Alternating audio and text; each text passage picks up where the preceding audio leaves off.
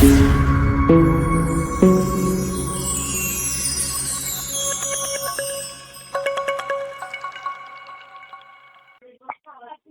Hello.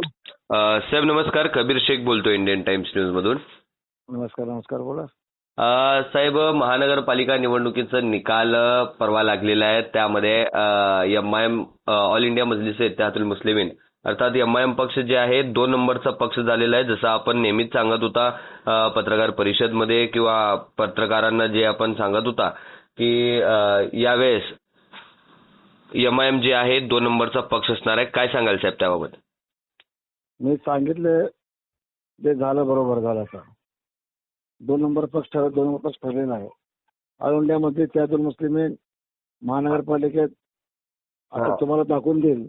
येणाऱ्या बोर्डामध्ये ते 87 वर आमचे 8 नगरसेवक भारी पडणार आहेत. आता आपले 8 नगरसेवक निवडून आलेले आहेत. विरोधी पक्षनेता आपल्या पक्षातूनच होणार आहे. तर कशा पद्धतीने काम आपण करणार आहेत? कारण आपल्याला एक मोठी जबाबदारी सध्या सोलापूर शहरात भेटलेली आहे. आता विरोधी पक्ष तर भेटणार आहे, परंतु आम्ही नागरिकांसाठी काम करणार आहे. जे शब्द दिला आम्ही महानगरपालिकेत आलो त्या शब्दाचं पालन करणार आहेत. आमचे नगरसेवक सक्षम आहेत आणि एमआयएम पक्ष महापालिकेत ताकद दाखवून देईल की जनतेच्या पक्षासाठी लढणार आहे. आणखीन प्रभाग क्रमांक 16 मध्ये जे आहे साहेब सर्वांचेच लक्ष लागलेले होते. कारण प्रभाग क्रमांक 16 मध्ये माजी नगरसेविका फिरदौस पटेल, माजी नगरसेवक गाझी जागीरदार, आणखीन एमआयएमचे पॅनल या ठिकाणी होतं. तर त्या ठिकाणी थोडक्यात पराभव त्यांचा झालेला आहे. त्याबाबत आपण काय सांगाल? थोडक्यात म्हणजे काय, फक्त 227 मतांनी फिरदौस पटेल यांचा झालेला आहे. गाझी जागीरदार यांचा 209 झालेला आहे. हो.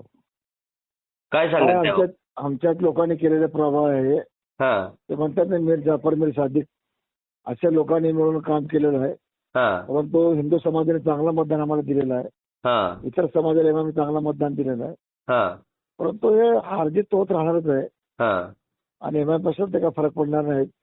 परंतु याचा जे करणारे लोक आहेत त्याने त्यांच्या मनासारखं झालेलं आहे. त्यांच्या अभिनंदन करतो मी, दुसरं काय. ओके, चालेल साहेब. आपण आपल्या चॅनलला टाइम दिलात. खूप खूप धन्यवाद. आभारी आहे साहेब. ओके.